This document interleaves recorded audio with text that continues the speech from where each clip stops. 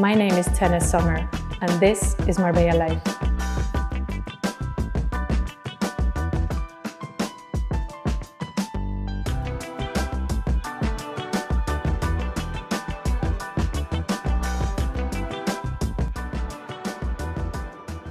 Today's guest is the extraordinary Rayan Ramal, a seasoned event producer and consultant of Swiss-Lebanese origin. With over 20 years of experience working at the intersection of luxury, fashion, art, and entertainment, Rayan has built an incredible career. From managing events for Chanel Middle East across 11 countries, to founding successful companies like RTime Creative House and designing groundbreaking entertainment venues, his journey has been nothing short of remarkable.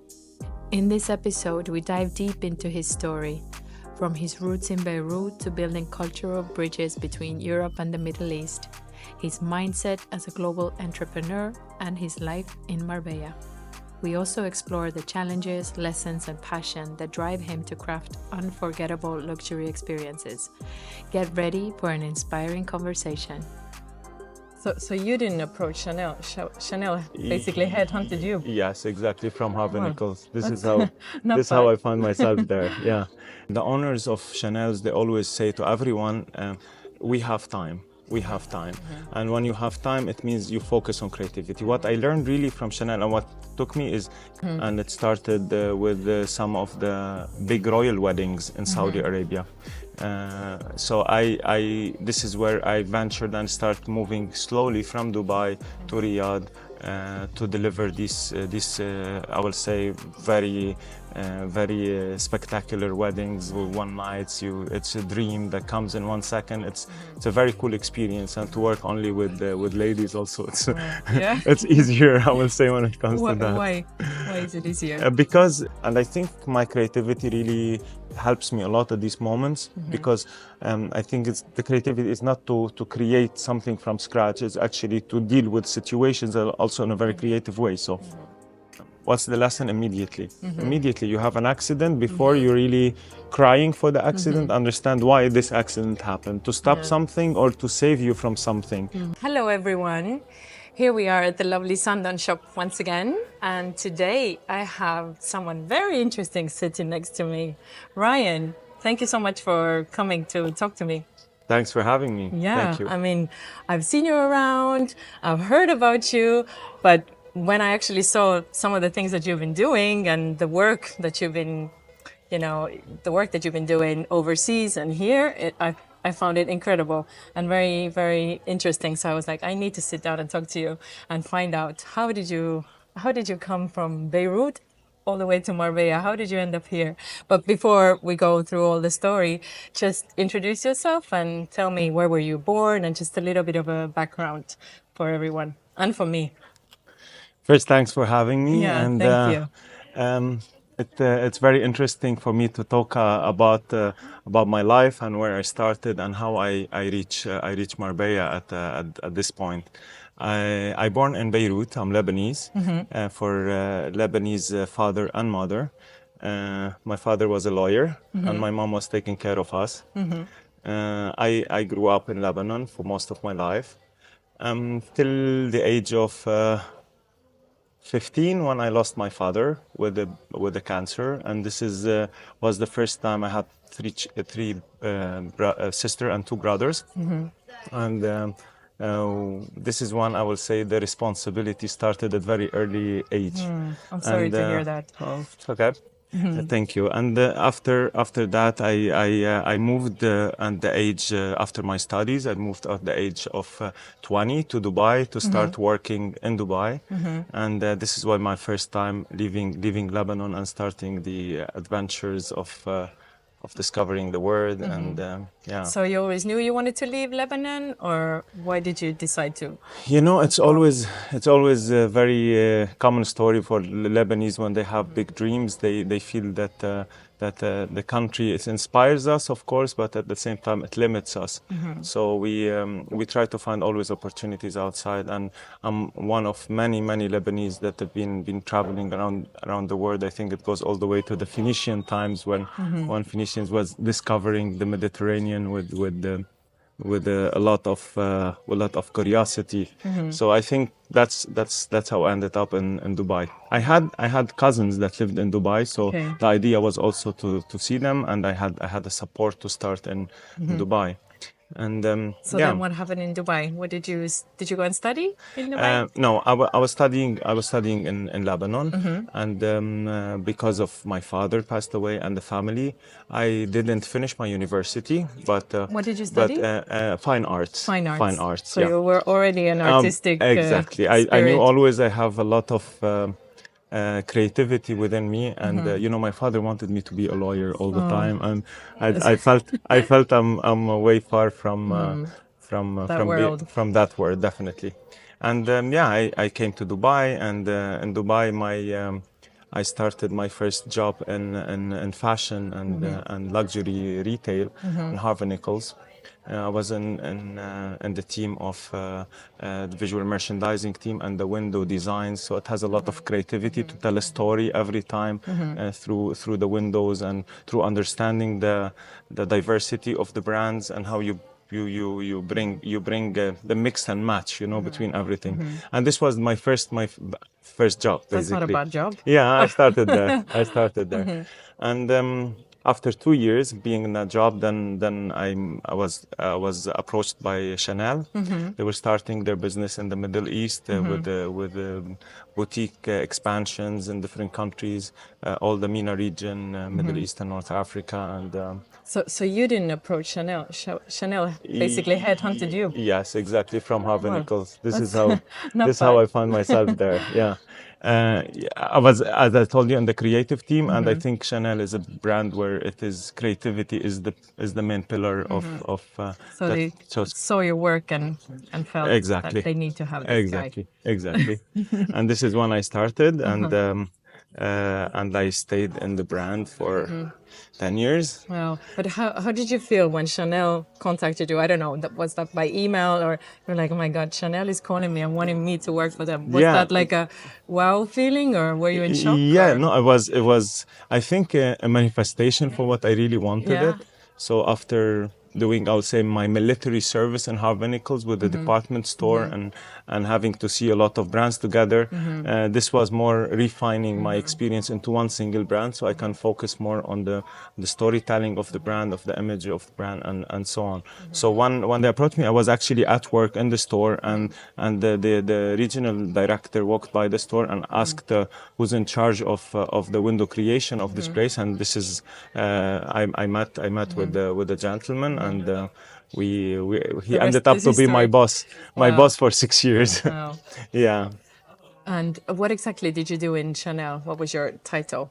So I started as a visual merchandiser, eventually visual merchandising manager, and then after that I took more responsibility, more horizontal growth between store planning, and then eventually doing all the big events for fashion, watches, fine jewelry, and PR events in the Middle East. So there were the path started from VM all the way to the events. Events in charge in the Middle East. We did a lot of events. We did beautiful events. Above 30, 40 events in Wow. these years. Some of them are, each one, it has its own story connected to the codes of the brand. But So this was not something that you studied. You actually studied probably along the job. Like as you went along, you exactly. were studying I am a very much self-learner. I like, and adapting. yeah, I love learning stuff. Till today, I call myself a student, and I will be always a student. I really love learning more about about everything around me since I'm a child. So I think I found myself with the brand. My school is Chanel school, so I learned a lot about the balance, minimalism in design, how you really bring freedom to all what you do, how people feel more comfortable in spaces, and this is, I think, it's my school for a very long time. Yeah. Yeah. So, what would be like the main lesson that Chanel taught you over all these years, or what is there any kind of person who inspired you most working there, or just the brand, or what do you think it's like the main thing it's given you? First is Chanel is one of those brands that's still till today family-owned business. So the pressure of corporations and putting them is they don't have it much.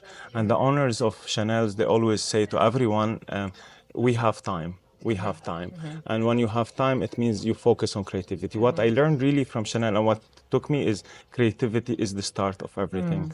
A lot of brands they take briefs what the market needs and they adapt their design to the market, where Chanel, a brand that starts with what Karl Lagerfeld at that time used to design, and then everything comes after. So I took that really as a very inspiring approach of you start creating first and you put your soul within this creativity and then from there you take it forward. Yeah, that's beautiful. Yeah. And they are probably shaping the market. Yeah. Then everyone is following them. Exactly, because for me they're not a fashion brand, they're a style. So Yeah, it's like a they, lifestyle. exactly, Yeah. they sell style, not And fashion. an icon, they're Yeah. iconic. Yeah. Yeah.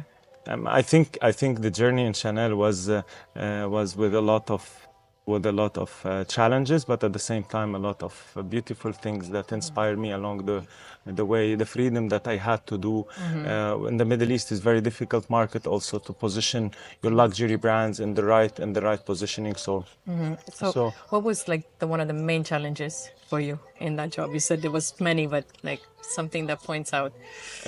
Yeah, when you're bringing the level of details and luxury to another level in a country like a new countries that new for the brands, I would say at that time Saudi Arabia, Bahrain, Oman, Qatar, Dubai was already there. So all these countries, it's very difficult to understand that the simplicity is what we're really looking for. There, they like to do a bit too much, So everything is the more luxurious it is. Where Chanel comes with completely another approach. The less is more. Exactly, the less is more. So it was always challenging to convince a lot of people or a lot of partners that I worked with to understand really the DNA of the brand. Yeah. And what happened after Chanel? I mean, what was your dream? What did you think? Where am I going to go from here? I mean, you're already up here. So what is the next step? Or what happened? Well, there is a lot of things that happen a bit between Chanel time. I got married and During the years. during the years of Chanel, of course. I lived the family life parallel to my stable career life. So And how was that balancing a relationship and career? it was, I will say, a beautiful period. Yeah. Beautiful period. Now I'm not married anymore, so it was a good 10 years of living a family life that was very special to me, and I think I balance it well with my work and. But sometimes people, when they have very amazing careers, it's so hard to find the time for your family and kids, and but you're very creative, so maybe you use your creativity in relationships. It does. You have to tell us some I don't know. It secrets. worked maybe for 10 years, not more. So, Well, you were in Chanel also like a decade. 10 years. Yeah, So maybe you have that's a my 10-year cycle. No, but we all need change, and I think we like the nature. We all have cycles in our lives, so we do need a change. Whether it's a divorce or going back with your partner, that's up to you. But I think we all need to adapt, change, and evolve. So Yeah. So at that time, that's the challenge. The situation that was in between work and family, and then a separation and divorce, and at that the same period, I felt like I need really a major change in my life, and that was actually starting my own company in Dubai, RTime Creative House, which is. It was I wanted always to do something for myself. I believe my creativity can be extended not only for Chanel, for other brands.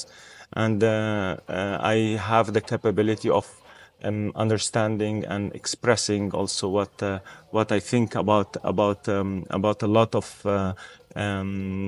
I will say events and exhibitions and a lot of luxury ideas. So I felt like I will really be an added value on that sector. So I started the company specializing in visual merchandising and events. So basically, the job that I was doing Chanel, basically I start servicing the same way.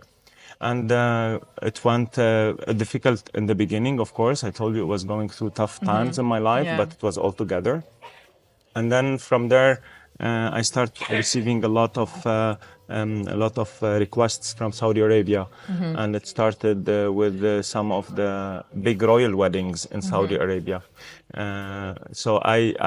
This is where I ventured and start moving slowly from Dubai to Riyadh to deliver these I will say very spectacular weddings or one nights. It's a dream that comes in 1 second. It's a very cool experience, and to work only with ladies also. Yeah. It's easier, I will say, when it comes to that. Why is it easier? Because I like when there is emotions involved in business, not only purely based on Business this and is it. money. And I think royal weddings or weddings in general, it makes you connect to the human to understand the lady, the girl that she's going to get married now, and What's her dream? how her dream, how she imagined that day, and it's a very beautiful day. And I think I love that experience. I did more than 10 big Wow. weddings. And the For it budgets was must have been always, yeah. very high. What was the Yeah. biggest budget wedding that you did? 1.5 million Wow. euros. Wow. Yeah. And So what was the most spectacular thing that you got in there? I don't know, some horses or I don't know. there is a I lot of have no ideas. idea. I like a lot of telling stories in every project. Everything. I based myself first. What is the story, and then I go to the process of design, the experience, and so on. So.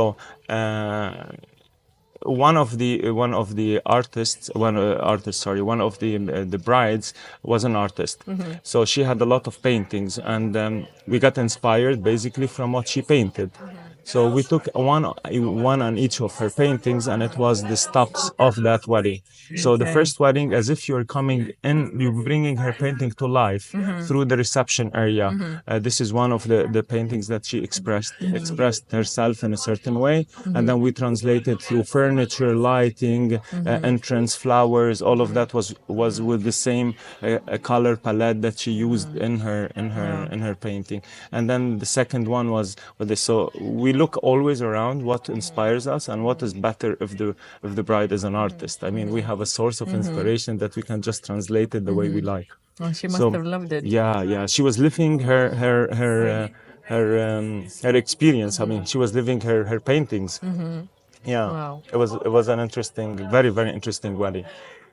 So yeah, that's the period of weddings that I did, and it was very interesting. But after a while, I felt I needed something that serves more people. I would say, at that time in Saudi Arabia was the entertainment industry just picking up at that time, and I branched the company RTime into Saudi Arabia, and I designed and I created, conceptualized a project called Seven Moons. It was the first entertainment venue in Saudi Arabia. Wow. It contained seven different domes, and each dome was hosting a certain experience. So the first time it was reflecting Ramadan in Saudi Arabia, and Ramadan is an Islamic month where they wait for the moon, and then they follow the moon all the way to the end, and this is when they announce the beginning of Ramadan or the end of Ramadan. So this inspired me to create seven moons, which is the seven different phases of the moon. And we did a lot of video mapping work inside these domes to reflect certain Islamic eras that was famous in their architecture or their colors and patterns. And then we served different foods in the different these domes, and it was a light entertainment, very brave at that time for Saudi Arabia. At that Because they're time, more conservative. music was almost forbidden to be played in public. What year was that? It was in 2017, Well, not 2018. so far ago, But actually. at that time, Yeah. Saudi Arabia was just starting entertainment. Music on stage was still forbidden till that time. That's So, crazy. so we started with a very bold move, but we were supported and partnered with the General Entertainment Authority, and they backed up the project fully. Which is the with a big, government, yes, basically. exactly, with a big financial support, I would say. And So you didn't have problems with budgets. no, at all. No, on that Go project, crazy.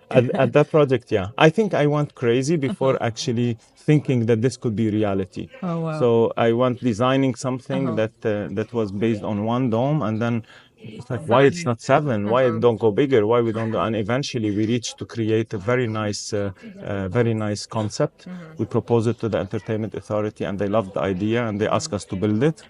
And then they supported us with whatever we needed, and indeed we built this project, and it was a place where it was converted seasonally into different activity, from music to food to fashion to luxury. So there was a lot of things that happening in that venue.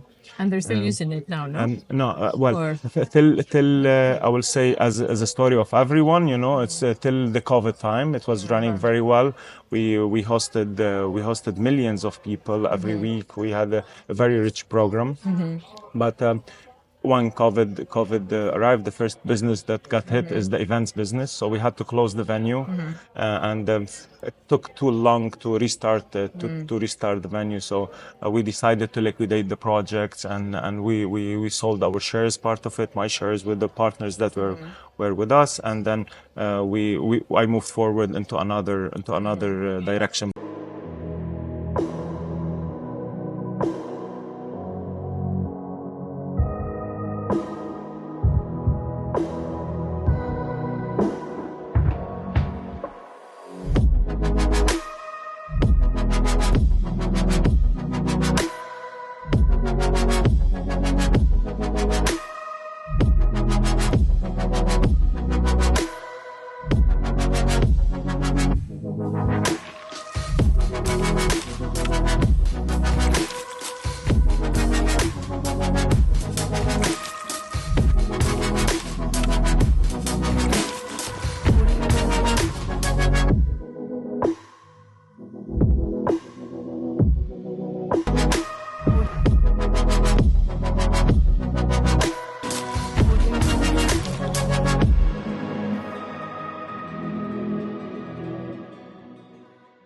So here we are with a little change of locations because Sandon got so busy because the shop is obviously Christmas time and there's so many people coming to the shop. So we found a little quieter corner to continue our little conversation. So we were talking about the 7 Moons project, which is unbelievable, as you saw in the videos.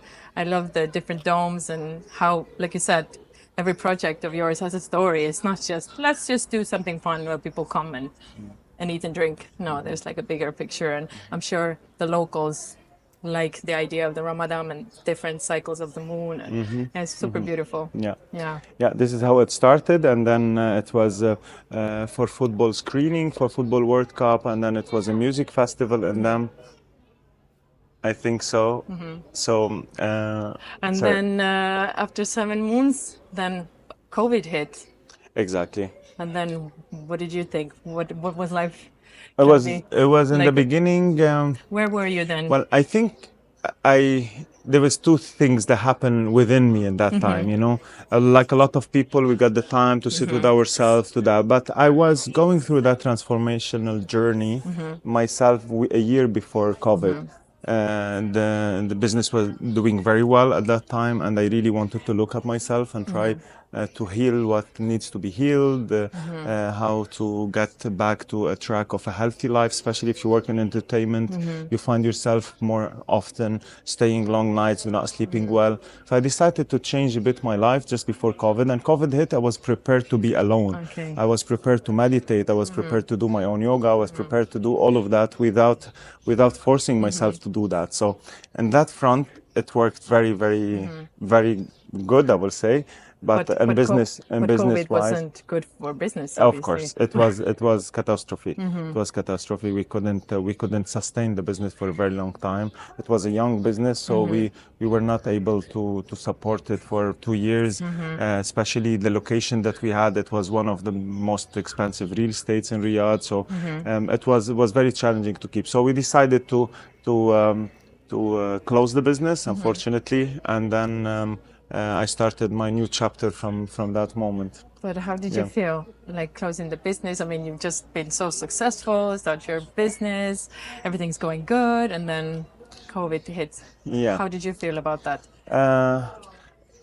In the beginning, I was not understanding what's going on, but the moment it kind of hit me after a couple of months, I understood that there is a new way of doing business from now on, and I start to be less motivated to do things on ground that depends on a lot of other circumstances.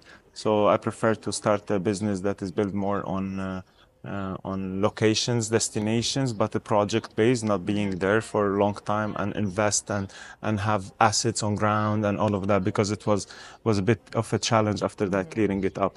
And less risky like that too, then. Yes, of course, of course. So I shifted from that moment into more services than really project execution, especially at the size of 7 months. So I start to be more into where I started, more into the luxury, more into refining brands, product launches, fashion shows, jewelry shows. A lot of cultural and entertainment projects, some edutainment projects that we start introducing in Saudi as well. So I shifted a little bit, but into the conceptual and design part, on the storytelling of the event. What you will leave with, what kind of emotions, and that's for me is more important than the experience itself. Is what you feel when you leave, and for that I have my own philosophy approach to how I do events, which is I try to involve uh, the five senses, or as much as I can from your five senses into the experience. So you leave with the memory, and that's the point of every event. I think that's why it's called event. I think because it disappears, it doesn't stay with you for a very long time. And when something comes and disappears, it feels more like a dream. It was here and then it's not here anymore. And that's what I love actually about events. It's one of the things that I love about events is they stay as dreams. And another thing that I really love also about events is it's a business where you make people happy. You make people smile, you make people enjoy, and they leave with a smile or they come with excitement. And I think this is the beauty about the events business. I know other jobs, other people, they have to go through the struggles of building houses. Sometimes some other people in the medical care, they have to see people struggling and saving them. I'm lucky, I think, to be in a business where I see people smiling all the time, and I think this gives me a lot of energy myself to be who I am after being in this business for the past 20 years. For sure, you seem very positive, happy always, and I see you. But that doesn't mean also, I know that what goes beyond creating an event, that is not always so happy and smiles.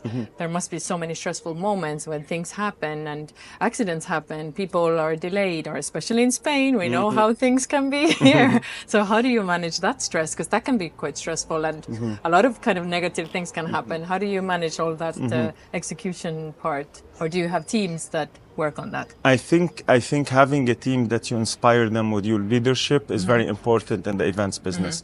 When everyone is so tired, have worked for more than 20-30 hours, and there is challenges, rain, or something fell down, or things didn't work in the right way, and you have to find really quick creative solutions, you have to be the first that make that step in front of your team, in front of everyone. If you need to do it yourself, you just jump and do it yourself, so you will become an example for all the team around you. And this is my way of approaching every challenge. Is I get my hands dirty immediately. So, and I think everyone around me, from all my team, even if we are 50 or 100 at that project, then you can see the energy just transmits to everyone. And I think this is how I deal with some of the challenges. So what has been like the worst thing that has happened, like the worst accident, or some funny things, or surely you have some good stories? Yeah, there is.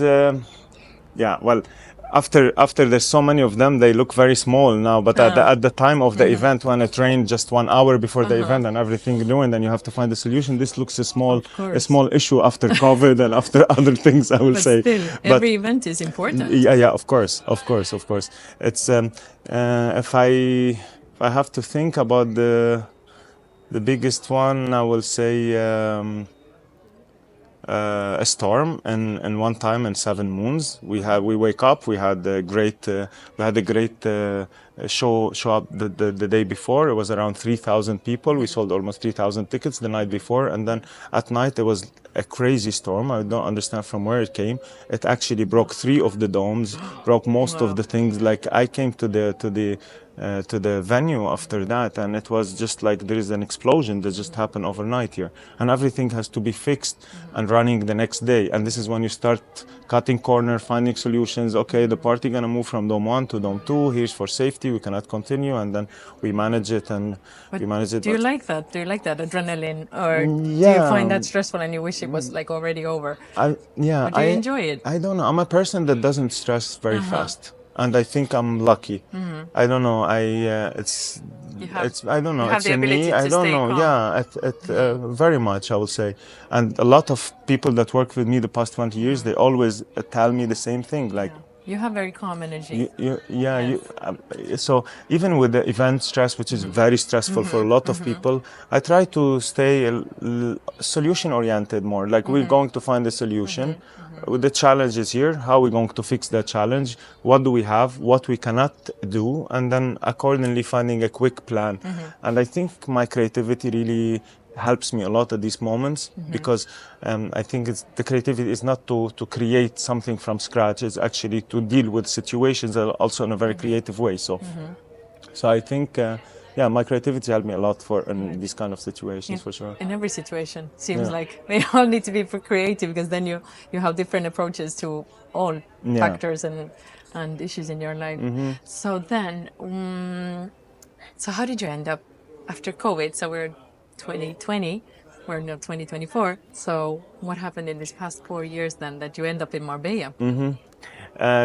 This is basically when I shifted. I decided to change the way I do business. I told you, and after COVID,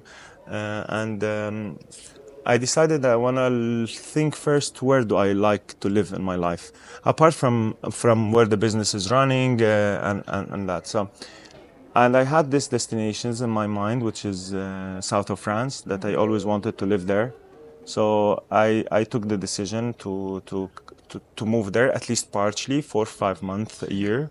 I still, till today, have half of my life in Dubai. My company's in Dubai. My family lives in Dubai. My sister, my brother, my mom. So I lived in. I always go back to Dubai every year for a couple of months, and Monaco was in the second destination. It was a place where I really wanted to live, the south of France, and because of also my ability of connecting with people pretty fast, and I think I have also this within me. I really connected with very, very inspiring people that felt immediately. I felt home. I felt I feel connected to my surroundings, and I spent some time in Monaco, not really working in Monaco as much as this was for me a destination for my network in Europe. Especially, I'm planning to have a base here. So this is how I ended up in Monaco. And few years after that, I was coming, even from Monaco, I was coming to visit my friends here in Marbella. So it was always an interesting trip every time I come here. Interesting people I meet.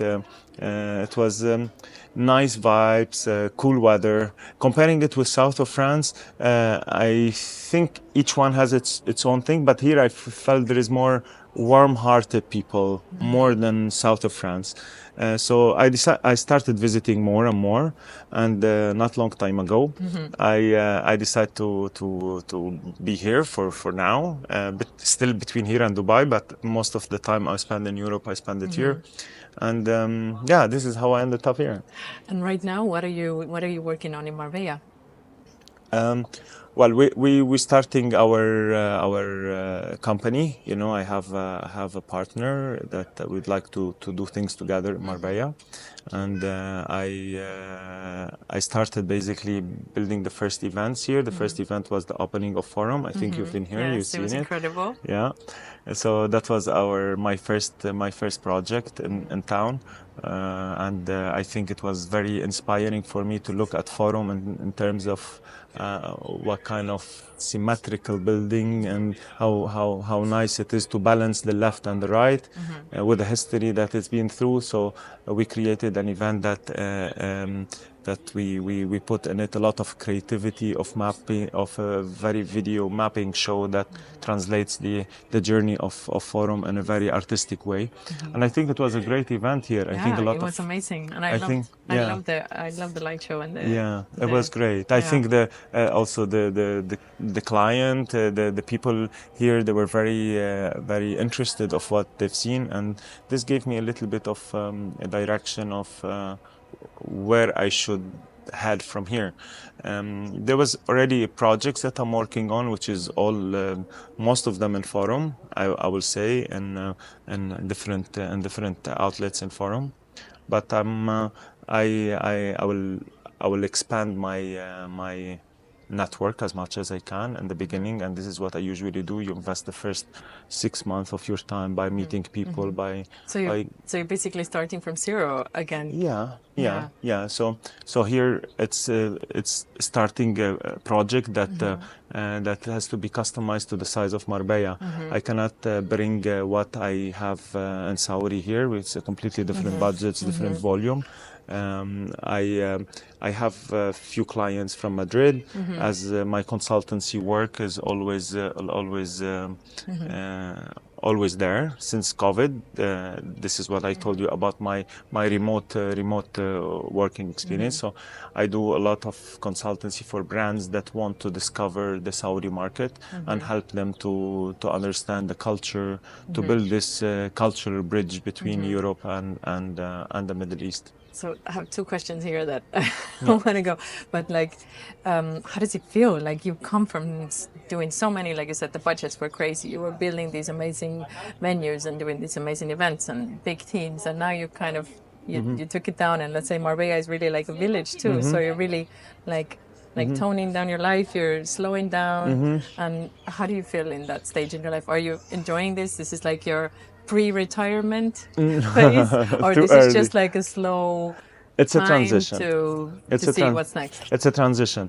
It's a transition where Marbella will take me, or it's a place where I will see more opportunities in the next few months.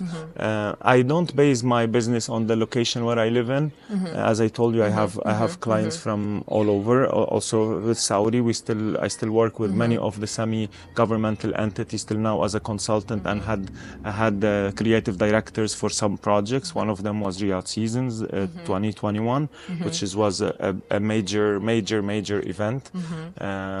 So I still have a lot of projects. My team work all remotely with the project related to the consultancy and the design and conceptualization of these mega events. So this never stopped. It's good, but now I think this is what COVID did good, because it showed us we can work remotely and do so many things online, and you can work online. 85% of my revenue still comes from Saudi, Saudi and Dubai. So we still work for Saudi, but as I told you, we work on the conceptualizing, the idea, the storytelling, helping clients to build their pitches to the entities. We have a great network of contacts in Saudi as well, so it helps us also to bridge the gap quite fast. So this has never stopped as a consultancy, and here I feel it's more fun. So I didn't really downscale the size of the events that I used to do. I just diverted the energy between being a consultant and a design partner for my clients, and at the same time with Marbella trying to this fun events. How has the transition from coming from Saudi to Europe?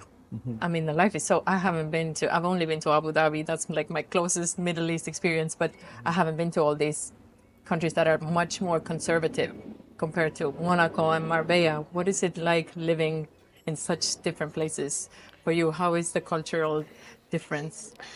When I was about to approach 40 years old, this is when you start to understand as a man a lot about yourself. I mean, a lot of men, they do, of course, earlier, but I think it's the average age where you really know who you are and what you want in life.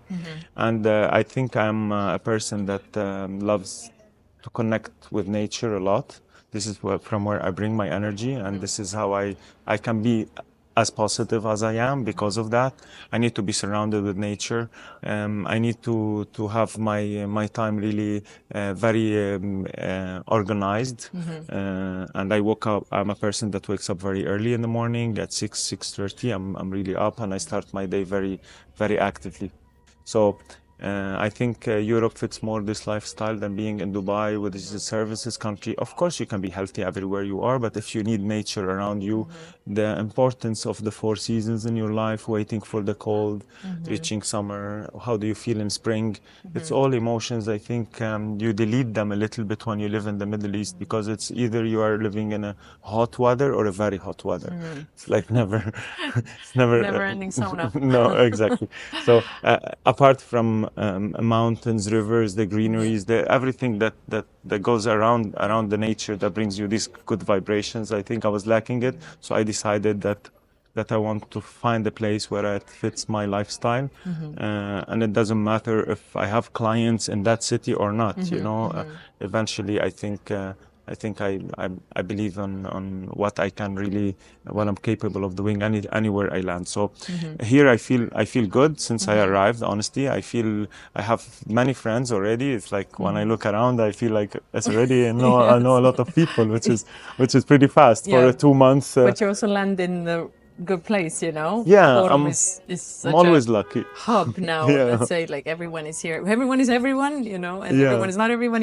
They're all here. So Yeah, it's very similar, I would say, to Dubai and the other, because going back to your question is like what I found the connection between the city is the social life, people getting to know people pretty quickly, people connecting to each other with no borders, so it's very similar, I would say, Dubai and Marbella and a little bit Monaco to that kind of communication between people. Yeah, so I think they're very similar in terms of social life, but in terms of nature and seasons and all of that, of course, it's Marbella, diverse. Marbella tops it all. Or I think competes very well with South of France. yeah, no, Yeah, it's true. I yeah. mean, I absolutely love South of France and the vineyards and everything. But I agree that I think the Spanish are a lot more warm. Yeah. Like, no offense to the French, they're also so good at so many things, but I think the Spanish people are more simple and friendly and more approachable. And I think Marbella, as you know already, is so multicultural, and people are coming like gypsies from all the countries and staying here. So I feel also at home here because everyone is from somewhere. So yeah, but I don't think I've met anyone Lebanese before. Really? So yeah, no, maybe. In Marbella? I actually 13 years ago, yes. Oh, wow. But yeah, not recently. So Although yeah. there's Lebanese everywhere. I don't Yeah. know. Yeah. They're not too many, but they're everywhere. I don't know how. Like Estonia. It's like, yeah. There are only 1.3 million, and somehow Like, we're yeah. everywhere. Lebanese, there are around 5 million, and they're, everywhere. But actually, there's 15 million Lebanese, they live outside Lebanon, so Yeah. so it's actually they're not That's only the 5 thing. million. Then maybe they're not counting the ones who are living abroad. Exactly. So what do you do in Marbella in your free time? How do you spend your free time? And what do? You said you wake up, you meditate. What does your day look like? I like to start, as I told you, my day very early morning. I start usually with the yoga immediately before breakfast, before coffee, which is, I'm not a coffee drinker, but sometimes I do. I start with yoga and I meditate for at least 30 minutes every morning. And then this is how I start usually my day, with calmness. This is how I connect to myself, to connect to the three parts of myself, I say, because this is what I believe. I'm not one, I'm three, actually, believing In with what your way? I live with my inner child, with my teacher and my master. They all live within me, and every time I have a communication with one, I need to balance the other part. So that brings me this energy from the morning. I like to do runs, hikes. I'm open sea swimmer. I love swimming for long distances. So I spend my time doing sports mainly. and then after that I try to shift in the afternoon to my social life, and I spend a lot of time in Forum. Obviously, there's not so many places in Marbella, but at least Forum is one of the nice places where you meet a lot of interesting people, I must say. And it's a destination. I think it's a destination for lifestyle. From different cultures, different nationalities, and all of that. So this is how I spend the afternoon a little bit. In the morning, I like to have more my masculine energy present during the day, with the way I do with my clients, with my Work. routine, with my discipline. And in the evening, I give space for my feminine energy a little bit, where you become softer, you enjoy your evenings, the way you connect with people. So this is, I think, how I balance the energies within me during my day. So where have you learned all of this? You seem very mindful and very grounded, and all the meditation. When did you kind of start being like that? Or was it someone who influenced you? Or when did you start this kind of journey of more self-reflection? And You know, it's once I saw this a Japanese brand. They do tableware. It's called Kanzuki. So I haven't Kanzuki heard. is a Japanese brand that they do tableware, pottery, and all of that, glasses and all of that. And every time they produce a plate, they break it, and then they collect the parts and they weld them together with 24 karat gold to highlight the cracks you have, because this is has to be highlighted in gold. We don't hide the cracks and bring it back to what it used to be. We actually bring value to those cracks, because this is what makes you a unique piece, and indeed you become a unique plate or unique glass. I had a lot of setbacks in my life, and I always think how fast you stand up is how fast you learn the lesson, and stand up and walk again is what makes you a happier person. So the more you stay when life hits you, and the more difficult to stand up. So this is I learned in a very young age, especially when I lost my father at a very young age. So I understood this from my mom, how she had to take care of all of her four children, and I see her as an example for me of strength and like that. So standing up all the time, don't hide your cracks, because they really make who you are. And I think I went through a tough life. I think it was not an easy childhood. It was not it was a lot, as I told you, setbacks.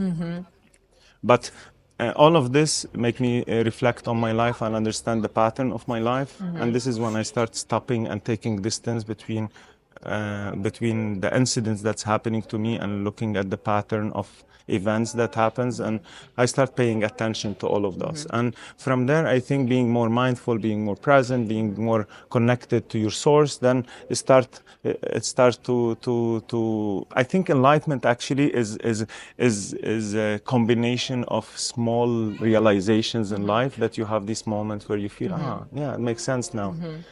When you have a lot of them, I think you become closer to enlightenment. And I think I'm trying to grab all these realizations every day. I write a lot also. I reflect on writing a lot. Like journaling. And, yeah, a lot. Sometimes what I learn in life, sometimes a realization that I write, and other than just reflecting on things. But yeah. What I mean, we all have setbacks in our lives. And let's say someone is in a really dark place, something really bad happened, and it's like, yeah, easy to say, get up and go. Do you have any kind of strategies that maybe you have used? Maybe meditation helps, or is there something specific that has helped you, or reaching out to friends, or maybe some inspiring book or podcast, or like you said, your mom helped me, or is there some advice you can give to someone who needs help in their hard times? My mindset is a student mindset. So I don't know. I don't know till I really dig to learn, and I believe I still don't you know. will not know everything. You will still learn about everything. So when I have all this mindset all the time, I don't know. The universe always sends you signs that you have to really pay attention to why this person showed up in your life, why this event happened to you, why this incident happened to you, what is the lesson. The faster you grab the lesson, the faster you stand up. How did I learn this? Through experience, through living this through life, over and over and over again, till I really understand. The faster you know the lesson, you move to the next cycle. And I start more applying this in my life, and the more I apply it, the more it proves. Uh, it's a proven concept, So Proves to be true. Yeah. I believe that too. I think everything happens for a reason. Yeah. So as soon as you get the lesson, the quicker you can move on. Exactly. And the Exactly. easier it is to move on. But yeah, sometimes it's easier said than done because, Yeah. when you're in a hard place, it's difficult. But life is all about, it's not just appreciating the sun. We have to also dance in the rain. Of course. Yeah. I mean, it is dark because of the light and black because of white and all of that. So we have to embrace everything that we go through in life, even if it's good or bad. And I think we learn from being in the bottom much more than being on the top. Yeah. So I think meditation helped me, of course. My lifestyle of being in the nature a lot, and I really encourage everybody, especially in Marbella. It's beautiful weather, it's beautiful mountains. You have the variety of having a very cool, nice sea, and then in a few hours you are on the top of beautiful mountain. I did it a few times, and it's really so cleansing, and you feel better. You feel really good, and you can eliminate distractions from your life pretty fast, because it really gives you another perspective that this is distracting you, doesn't have to be in your life, and this on and so on, so on. So Yeah, Yeah. it's true. Connecting with nature helps you connect truly to yourself. very much. But we are very disconnected, I think, lately with nowadays technology and all of, like you said, the distractions. So it's a very good advice to enjoy the nature. Yeah. So what are your favorite places in Marbella, favorite restaurants, besides Forum?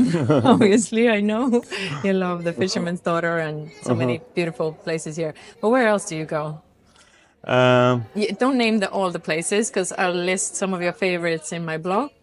But I don't know, maybe a few places in the Old Town or where else? Honestly, I didn't discover so many places yet. I went to Tarifa a few times. I did the hike there. It's beautiful. Of course, between Puente Romano and Marbella Club is where you really. That's your I mean, Bermuda Triangle. yeah, a little bit. I live also just very close to Marbella Club, so I think that's my comfort zone. That I don't go too far from it. But I've been to a nice place. It's called the Dunes. I think it was a very nice beach place. I love that place. So yeah, I think this is they if have I can remember. Lebanese cuisine or no? They have a bit of. No, I don't remember. that's No, not I don't think the- so. I don't think But so. I'm sure we have a lot of Yeah. Lebanese cuisine Yeah. places actually in Marbella. Yeah. So before we wrap up, is there anything else you want to talk about or any advice you want to give to people who are maybe starting out in the event industry? It's not easy probably to get your foot in the door. You were, I don't know if it was luck or your whatever it was that got you started. You're also very talented and you were noticed. But for someone who is starting out and wants to reach, let's say, working in Chanel, would you recommend to go and study in the university? Would you recommend just to, I don't know, follow your creativity and paint, or what would be your recommendation? I think the question is always what we love. What we love. It's not just a word what we love, but most of people they don't know what they love. And the moment we really spend and invest time to know what we love is more important than investing time and money and everything to build a successful business that you don't know about. I think it's really you have to look to what you enjoy in life. How do you enjoy doing your free time? How do you with family, with everything, So my advice is to stay as disciplined as possible to what you want to do. Always build your experience, if you want to call it experience, more than just an event, connected to a story that links to what you're trying to tell people. Is it product launch? Is it real estate? Is it whatever? Bring the story, because people loves stories, and I think people pays for stories more than actually the product. I think, and this is the story of fine art. You pay for the story behind that canvas, not for the canvas itself. You know what I mean? It's the history, is the story of the artist, the mindset of the artist while painting this. And I think that approach should be in the events business, is really the story that you're telling people and what you want them to leave with what. And always they have to focus on people leaving with very, very good memories. It's very important. There is a lot of little details, a lot of people, they don't see it during the event, but it's important. If you see it, you fix it. You don't count on other people. Oh, they didn't see that back wall. It's okay. Let's move on. As long as you see it yourself, I think you have to make sure it looks perfect. And that's the difference between looking into very small details and making a difference in these kind of details. What has been the best event that you have attended? Since you do events yourself, now that you go to an event, you must be very critical, no? Or are you like, I do, yeah. Or have you seen something incredible? Like, what has been the most memorable event that you haven't created yourself? I think it was most of the Chanel fashion shows during fashion weeks in Paris. It's all the experience, the queue outside, this is adrenaline that waits, the crowd that dressed so and yeah, it's beautiful. And the show is really 20 minutes, 15 minutes, and people come from all over the world to see the collection and all the energy that comes with it, with the decoration and the experience. I think each event was spectacular by its own. Some of them we felt we are on the moon. We had smoke coming from every point, and then the rocks start to split and models came out of the rocks. There's other events we felt we were in a solar panel farm. It's always unexpected, you know. Other ones were in a deep Amazonical forest. You know, all this brings you a lot of emotions, you know. And I think all of the Chanel events, I would say, they were the most spectacular one, for sure. And another thing, I think a lot of people also think that Marbella is quite, let's say, like shallow, that there is no culture here. You know, I just met recently someone who moved here and said, oh, I miss this city and the culture. And yes, okay, maybe we don't have the opera and all these things. But what would you say to someone who says like Marbella doesn't really have a lot of culture? Well, I'm still new here, so I cannot say much except my perspective. I think cultures comes with people, so people bring culture. It doesn't exist in a place. So if the person comes with a mindset there is no culture here, you don't expect he's going to make any culture in the next 10 years. So you bring your culture with you. You explain it to other people, either through conversations or through a setup, through building a house or whatever. You bring different cultures through your work, through your input to the society. So I think it has a lot of diversity in nationalities, and that makes it very cultural. Actually, it doesn't mean that places to do events like an opera house. Okay, there is no opera house, but this does not make a place very cultural or not. You know, now we have a project that we will hopefully start by the New Year's through the company that I just started here. It's making a difference in events, so we call it the Make a Difference, which is MAD, M-A-D. So Make a Difference experience. We will be creating an event in various locations around Marbella that has an experience, storytelling into it. That can be from food to music to art and so on. So this what I feel we have a lot of places, but these places they need to be brought to life in a very nice way, you know. So I think this will increase the cultural traffic and scene in Marbella. Projects like that actually builds on existing locations and bringing something out of them, because at the end creativity is what it is. It's not inventing something, it's using something that exists in a different form or a different way that people used to see it.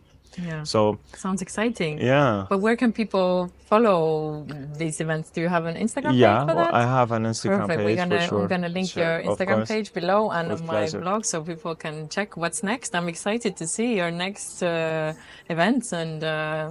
It sounds exciting. I know you're working on also one other project downstairs in Forum. Tell us a little bit more about it. Well, it's an exciting project. It's an exciting project, and it will be a place where people can really come and have fun, connect with like-minded people. So it will be a place in the fountain floor. It will be in the beginning every weekend from 7 p.m. onward. It's a live music place. It's called The Plan, Marbella. Yeah, it will be a live music place. So if you are every weekend, you think of what is your plan. You know the plan now. Good. Now we know You the know the plan. plan. Very good. So exactly, and in the summer, hopefully, we will have every night different programs that's running. But during this period, we will be starting from the New Year's. We will have our first event that will be in Planta downstairs. And we look forward to see everyone. It'll be really very fun, different place where people will really enjoy music and the themes of music. And there will be themed nights during out the weekends and the weeks to follow.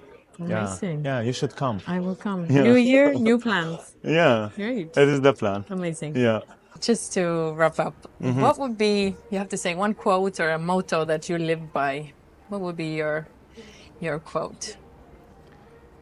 I think it went through our discussion because I think we drifted sometimes to speak a little bit about spirituality and about this and it's really how fast you stand up. Always I remind myself, what is the lesson? How fast can you stand up from this? And I think these two keywords, and they're very small, you know. It's what's the lesson? Immediately you have an accident before you really crying for the accident, understand why this accident happened, to stop something or to save you from something. Always it's for your good. But in the end, it's in your mind. It's your mindset Of course. that is It's all changing mindset. the accident, sort of. Of It can course. be an accident, or it can be something, say, happy, oh, I didn't break 2 legs, I only broke 1. Yeah, I always think in this way. When I have something really major happening, I immediately think that this happened to save me from something bigger that could have hurted me much more. And I really believe in that. It doesn't have to be connected to any god because there is 5,000 gods. I don't know. Everyone believes in one of Yes. them. Or some I of them agree. they believe in all of them. Yes. Yeah. So there is always that law of attraction to what you bring is what you receive. It's all life is about reflection. Life is really what you put in it. So yeah. I believe in the law of attraction 100%. Of course. And when I started practicing, I have so many examples. Do you also practice? Of course, Yes? a lot of miracles, a lot of I will say you know, you wish for something and it's always how you really want that things to happen, and it's not only wanting it in that moment, you know, so you have to behave as it's happening, you have to share it as if it's happening, and then I think it just finds its way to you. Yeah. What I think has so. been your best example of your attraction result? Like something that you wanted Wow, so there's bad? so many. All my life was But like, I don't like know, so something that many. stands out or comes to your mind like straight away. Like I can tell you mine, for example, that I went back, I don't know, maybe it was 2008 or something when The Secret, the movie came Yes. out. I saw it and I was like, wow, like this is incredible. How can we not know this? This is The Secret. Like, wow.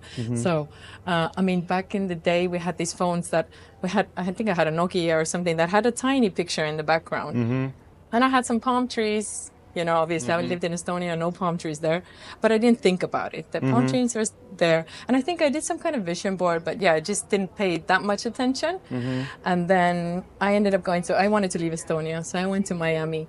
And then when I was in Miami, I saw some kind of building or something, or the palm trees. And then I looked at my phone and it was almost identical. And I was thinking, oh, so this is how it works. Like, I didn't even think, okay, I want to go there. But it was like always in my mind that I want to go here. And then I ended up there. So it's always like it really works with your subconscious as well, whether you want it or not. Of like, course. Everything that you surround yourself with, the people, the pictures, it's going to project in your life Of some course, way. I really believe that this is how life is. This is one of the most important universal laws. It's really what you put is what you get. That's it. And everything, in love and relationships and work and business, everything is what you put. And I try to be as much as clear to what I want from work, because you have to be very, very, very specific and very clear. And be careful what you wish for, because Exactly. you might get it and in another way if you're not careful. Yeah, exactly. It's true. Yeah. But anyway, thank you. It's been a pleasure to talk to you. And you're definitely an addition to Marbella's events and cultural scene. And we can't wait to see what you're going to create next. And yeah, I'm very excited for your future here in Marbella. Thank you so much. Thanks for having me. Yeah. Thanks a lot. It was great. Thank you, everyone.